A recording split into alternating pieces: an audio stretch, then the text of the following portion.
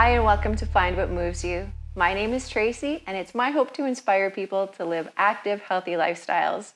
Today, I am really excited to have with me Natalie Lehto. Natalie, welcome to the show. Thank you. I am beside myself excited to interview you. I just want to start with the story of you. So just general kind of stuff. Where'd you grow up? That kind of thing. Okay. Anything you want to tell me? I was born and raised here in Thunder Bay, but also lived a little bit in Kapuskasing where I have a lot of family, a little bit in Ottawa. Came back when I was 9 and have been here ever since. I'm from a French background as well, Francophone on my dad's side. Do you speak French? Yes, I do very well, fluently, and now my goal is to have the kids make sure that they're fluent as well. So my kids are at school in French full time. You have kids, how many? I have 3, an 8-year-old, soon to be 13 on Christmas Eve. Ooh, teenager. And yes, and Fun. Okay. and an 11-year-old. Okay. So So yes, you have a busy house. we have a very busy house. They're into thunderbolt swimming, so they're at the pool every day. They're into downhill ski racing, so soccer.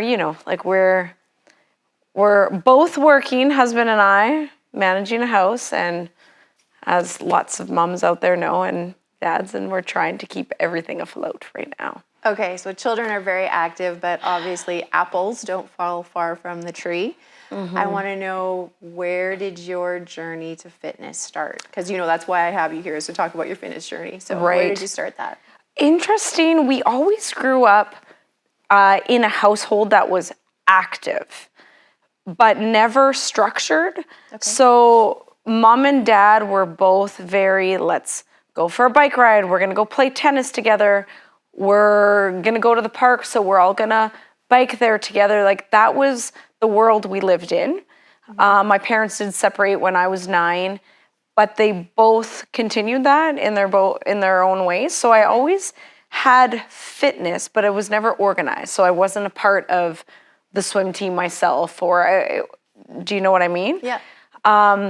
Then in high school, I probably started going down a little bit of a wrong path.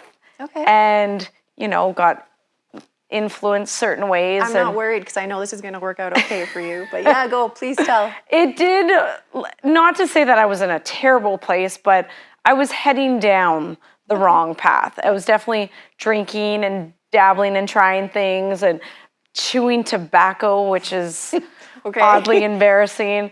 And I was right into theater.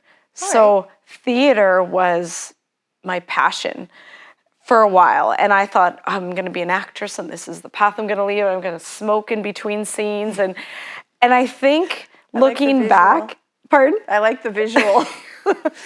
I could, it was for some reason this persona that I thought was pretty cool. Yeah.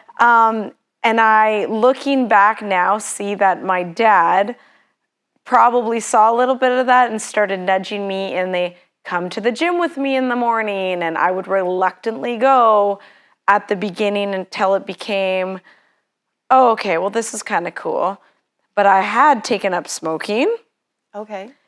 Somewhere As many teenagers did at the time. Exactly. Not so much now, but yeah. Right? Okay. And probably drinking too much. And I can actually remember a few times where I was like, oh, like I want to be able to run, but I can't. Like, I'm not well. And I just remember that little shift of like what my dad was trying to really influence and push me to do. And I liked it. And then I preferred it. So you understand how different that is from most teenagers, right? Like, usually if your parents are trying to steer you in a direction, you're going to rebel against that. But you Right. chose to go with it, which I think is amazing. Yeah. I actually have not thought about that. Okay. Why I didn't push back for that. Yeah. It was probably because it wasn't forced. It wasn't you have to do this. It was more, why don't you come with me? Suggestion. Why don't you try? And it might have been around the right thing, the right guidance I needed, instead of being like, you have to come with me. Yeah. We are going to stop this behavior and you're coming. Yes. And even when I know, like, you know, you might have got busted for doing a few little things when you're younger, and it was never that I was in deep trouble. It was always the disappointment.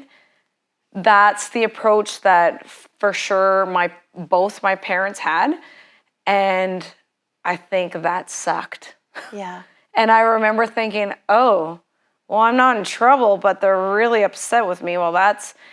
And far worse for many children, right? Yeah. Yeah, disappointing your parents or disappointing people. So that's where, and then I started to love how I felt working out, even though I never stopped partying with my friends. I certainly pulled back on the smoking. I realized that was disgusting. And I did not like how I felt. But then I just, you know, I was maintaining both. Okay, Right. I'm going to party, but in the morning I'm going to get up and go for a swim or a bike or a run. Yeah. And then slowly over time I realized, oh, I could actually do this better if I decreased on this end. It's better and it's easier, right? Yeah. Well, I got away with it when I was 20. Yeah. But then over time you realize, yeah. And then the benefits of doing the fitness piece of it. And then I started being a little more aware of maybe not eating 3 Big Macs like I was just that typical teen doing everything, you know, that teens do. And then I just really over time found that I preferred feeling better. Right. So when did, I know you're a runner, when did that start for you? So these little trips to the gym that my dad took me on, one day in gym class, we had to do a 12-minute run. I'm not even sure where that came from. And I remember trying to run that on the complex track. Yeah. It was impossible. And so over time, then I got to that 12 minutes and I was like, oh, okay, cool. I could do this for 12 minutes. And I felt like the king of the world, queen. Yeah. And then someone had suggested that I think it was fundraising for arthritis, and you could do like a marathon or you could do certain events. And I kind of thought that was a cool thing to one day maybe do. So I started just increasing the running a little bit. Did you think a marathon was a cool thing to do at the time? I did. Really? But like unachievable. I thought, okay, well that's cool. Maybe one day I'll get there. But then I just worked baby steps. I thought, well, right now let's just start with a half an hour and then a 5K. And then Oh, you had a spark then. Yeah, I did. It oddly, I don't know what it was that young. It just clicked at the right time. And I loved how I felt. And I loved the struggle of it, but then the accomplishment even better. So would you describe yourself as a competitive person, competitive with yourself or competitive in general? Competitive for sure with myself. Sometimes when I'm in a race, yeah, I'll pick people off, but it's like pick people off meaning I'm gonna get that person in the blue shorts. I'm gonna like certainly, but it's never at the cost of being upset with anybody else or trying to like actually beat someone else. It's always been to better myself. Okay. So I'm going to stop you there. We have so much more to talk about, and we will be back in just a bit.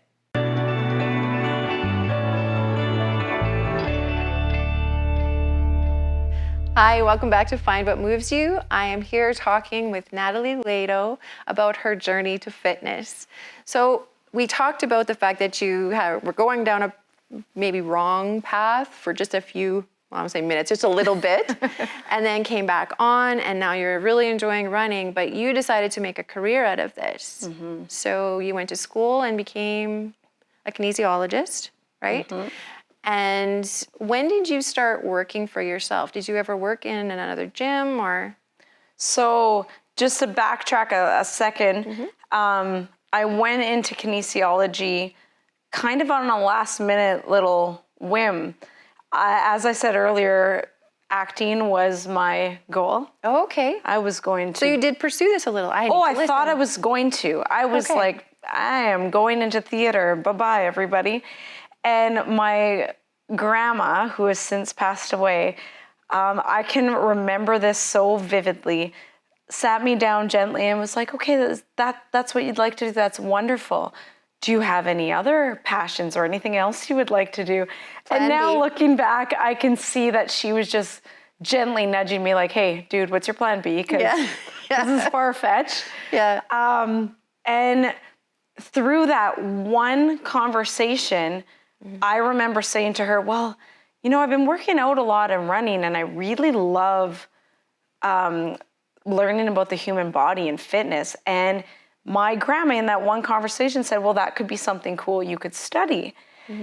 After that, I had looked into, well, what could I study? And then hence became kinesiology. So I graduated from kin. While I was in the middle of doing school, I was also working out at the gym. Okay. And someone approached me and said, can you help me train my mom? I looked at her and I said, well, I'm not a trainer. Like, I can't do that. Well, could you just help her? She's 75 and just needs a bit of guidance. All right, as long as you know I'm not qualified to do this, but I will happily spend some time with your mom and just show her a few things that I've learned. From that became, oh, well, maybe I really like doing this. It sparked for you. Yeah. And then more people started asking. So then I made sure I finished my degree. I did a few different certifications. And then during all that was when Pilates came into my life, which I don't want to get ahead of the cart here. But so then I decided, you know what? I think I'm going to make a go at doing this. And let's give it a shot. So that's how that became. So that's how I started training people. I know for me, the first time I got to teach a fitness class, I walked outside and went, this is what I get to do. Like, I was so happy, so happy. Now, you just mentioned Pilates, and I've had all kinds of people that do all kinds of things on this show, but no one has been a Pilates instructor. It's something I've done a lot of, but I am not certified. So if someone says to you, what is Pilates? What's your answer? My answer would be core strength and lengthening the muscles in your body. So Pilates is very much centered on developing your strength from the core. And not like that six-pack ab core, but the deep pelvic floor, the deeper core muscles to build like a solid foundation to be able to strengthen the rest of your body and lengthen. So it's got a tiny bit of yoga pulled in there as well, because the man who created Pilates has a yoga background. When I first was introduced to it, it was not my cup of tea. Really? I was, at the time then, had become a marathon runner at that point, had become an endurance junkie. I loved the longer, harder, faster, more I could sweat, the better. And I was like, I don't have time to lay on a mat and do this. Yeah. But then when I started, I realized, oh, this is the key that I'm missing to the rest of my journey. You need core strength to be a marathon runner. And I think there's a misconception because Pilates is in line with yoga, that it's a kind of a low and slow thing, but Pilates will kick your butt. Like the 100, you want to explain what that is? Yeah, an abdominal exercise where you literally kind of hold it in an isometric form and you move some body parts, but you try to isolate and keep the core nice and quiet. Yeah, I struggle with that to this day, and I've been doing it for about 15 years or something like that. So it's definitely a place to look if you want strength and you're not looking for a lot of cardio. I just think that people don't understand how much strength is involved in doing Pilates. So when did you start on your own? Was that it? Like, once you graduated, did you have your own business immediately? I kind of did sort of start like that. One gym in town and the complex, so there was two, had asked me to teach for them. Okay. And at that point, I did have one-on-one clients of my own. Yeah, so you're already starting on your own. Yeah, so I was doing that, but then I was at the university. I was at a few different spots that I taught for them their classes until I realized I didn't want to be bouncing around so much, and I really wanted to have my own space. And that's where I kind of just, I went looking for a space, and then all of a sudden, next thing you know, I'm creating a business name and creating a business logo. And then, wow, I've got this, this nugget that I started. So it wasn't really out of a passion to be an entrepreneur. It was just out of a passion for what you do. And people were already coming to you anyway, right? And oddly enough, I wasn't enjoying some of the places I was working because I didn't enjoy their approach to maybe their business. Yep. And I knew, kind of this is the way I would like to do it. Yeah. And so maybe, no, I didn't set out thinking I wanted to be an entrepreneur, but as things started falling, I realized, no, this is kind of who I am. I feel like as instructors, as fitness trainers, we all have our own style, and your people will find you. And it seems like you have quite a following, and you've been doing it for a long time. Is it 18 years? 18, is that right? So now the health and fitness industry is very popular, and you and I did discuss you were doing it at a time when it wasn't necessarily the cool thing to do. So you've been doing it, since then, and feeling like, do you feel like the popularity has grown and you don't have a place, or you do have a place now more than ever? I think now it's just more important to solidify what my place is. So there might have been a time where I was feeling, oh my God, this market is so saturated that I was almost trying, what are they doing? Okay, I'm going to try that. What are they doing? And then till one day I realized, what am I doing? This is who I am. This is what my business is.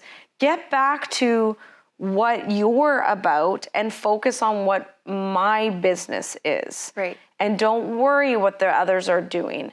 And I found when I got back to being a little more true to my own space and my own mission with my business, then it started to grow again. Yeah. I feel like it's become a popular thing to say, but showing up authentically as yourself usually works, most of the time. So in the next segment, I do want to talk to you about marathon running. You have written a book recently, and I want to talk to you a little bit about that. And maybe you can share part of that story, if that's okay with you. Okay. Yep. All right. So we are going to take a short break again, and we'll be back with you in a few minutes.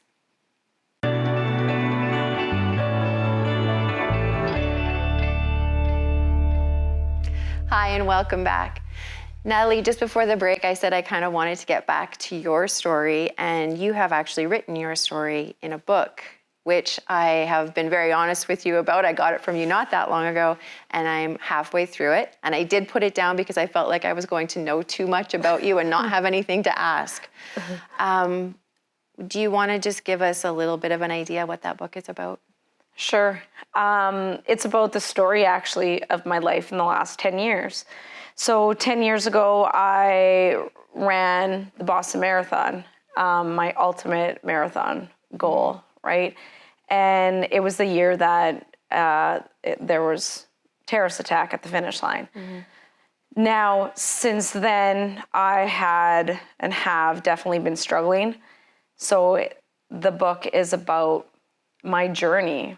I can't say my healing, but ways that I'm healing, ways that I'm coping, ways that I'm struggling, and all life events that have come since that day. Because when one big thing happens, doesn't mean you're immune to more things happening. So it's a little bit of my story of how Boston has affected me and how it continues to affect me through all challenges of life. Running the Boston Marathon was going to be life-changing for you no matter what, because it was a life goal for you. This just changed it in a way that you were not expecting. So just a little bit on what it meant to you to actually be there. To be at Boston for me was the epitome of what I wanted as a runner. It had been what I had been training for a long time. It had been that not secret actually, that goal of mine for years. And so to be there was the top of the world for me. I know one part of the book that I did read said that when you say Boston to a runner, if you're in a running community, you don't have to say anything else. you just say Boston and they know you're not going sightseeing. They know you're going there for the marathon that you have to qualify for. And you did say that it's not easy. So where did you qualify for it? I qualified at Twin Cities, the Twin City Marathon in Minneapolis. No, and you're right. Their age category, depending on sex as well, like there's certain times. And the year that I actually qualified for it, they had revamped the times to make them more challenging for people, right? It's what all marathon runners want to do. So it progressively gets harder to get into. And once you qualify, doesn't mean you're actually in, because then you have to go on the computer and wait your turn and make sure you actually got a spot in there. So it's a hard race to get into. So when I heard about your journey, I assumed you would have been writing about community. When you're a runner, other runners, whether you know them or not, are your community. We've talked about that before on the show as well. So I assumed that it would be about, there was loss of life, there was people who were injured. I assumed it would be you talking about the community, but it ended up that you were talking about your guilt a lot. And that surprised me. I completely understand it. And if you're okay to talk about it, would you mind? It is interesting because that's what gets me still to this day is the guilt. And I've tried to even explain it to even some family members that feel like, well, why? I don't understand. Let it go. We're okay. We went there because we wanted to. It's just something that I don't know how to explain or reason away, but they were there because of me. I have 3 children, but 2 were there at the time, right? So yes, I feel guilty that I put them all in this situation. So you had your entire family there. You had all kinds of support because you've made it to your life's goal to that point. And so that was another reason. And they were actually very close to where the event happened. And I can imagine for you that would be so tough, thinking about the what ifs. And I do understand other people telling you, you should just get over it. But that's just not the way it works for some. Things stick with you. And the rest of it is about your journey. And I think it's so important to talk about mental health, mental wellness. And you are so honest about this. And you have said your journey's not over. So where are you right now? Maybe I feel like it's a roller coaster. And I have times and periods where I feel a little bit more in control, a little bit better, a little bit more at peace. And then there's other times where I'm just right back at the bottom. Writing the book was really healing in lots of ways. But then now it's brought back up a lot of things because I need to talk about it. And that's okay. And that's part of what I've had to also realize. Deep down there, I wanted to share this. So one day I thought to myself after an interview that I bawled my way through, what am I doing? Why did I do this? And I keep coming back to, I think it was probably in there that I need to talk about it. And I know that. So maybe it's some little not cry for help, but maybe okay, bring it on. Let's face this, even though I don't want to. I think, so where am I right now? Some days I'd like to say no different than 10 years ago. And then in other ways, I am in a better place than 10 years ago. I think it was incredibly brave of you to share your story and agree to let me ask you these questions today. I thank you so much for that, because I think it's important, not that everyone is going to have this experience that you had, because it was a ridiculous, horrifying thing that hopefully never happens again. But people go through things all the time. And one of the main messages that I got from it was just understand that you don't know what people are going through. If somebody gives you that funny sideways look when you're walking down the street doesn't necessarily mean it's about you. That you have no idea what someone's story is. I love that you have said that because it makes me feel like, you get it. And that was the purpose. And also, I am not special. Like, it's not like, oh my God, you were at Boston Horrible. It's more, we all have stuff. So just be kind and remember that. So thank you for that. Thank you for sharing that part. I would like to get a little bit back to you running now. Okay. Are you still running? Absolutely. Okay, I like that you give a chuckle. Can you tell us what your running schedule looks like? As a runner myself, when I train, 4 days a week tops, maybe 3. Okay. So now you. Okay, so do I say like what trainer Nat recommends or what real runner Nat does? What your actual, like on a day-to-day. I am always a distance junkie, so my minimum is 8 miles, and then I'll dabble maybe in 10, 11, 12, 13. Yes, every day. Every day. What time? In the weekday, I meet up with some girlfriends at 5:45 in the morning. Yeah. And we all live in different areas, and we all just connect and we run our miles together, and then we go home. And then on the weekend, it could be a little bit later, like maybe 7 or 8 even. The community part of it is probably the coolest thing. I was a solo runner for a long time, but the fact that you meet up with the ladies and that's your kind of coffee time, it is, would be for most other people. And we are different runners. You know, there's a couple different types of runners, but we're definitely I have a flu and we're running. You know, I had 2 hours of sleep and we're running, but I don't know how I would have got through a lot without them. Thank you so much for this. Thank you for coming on the show today. And thank you for watching. Until next time.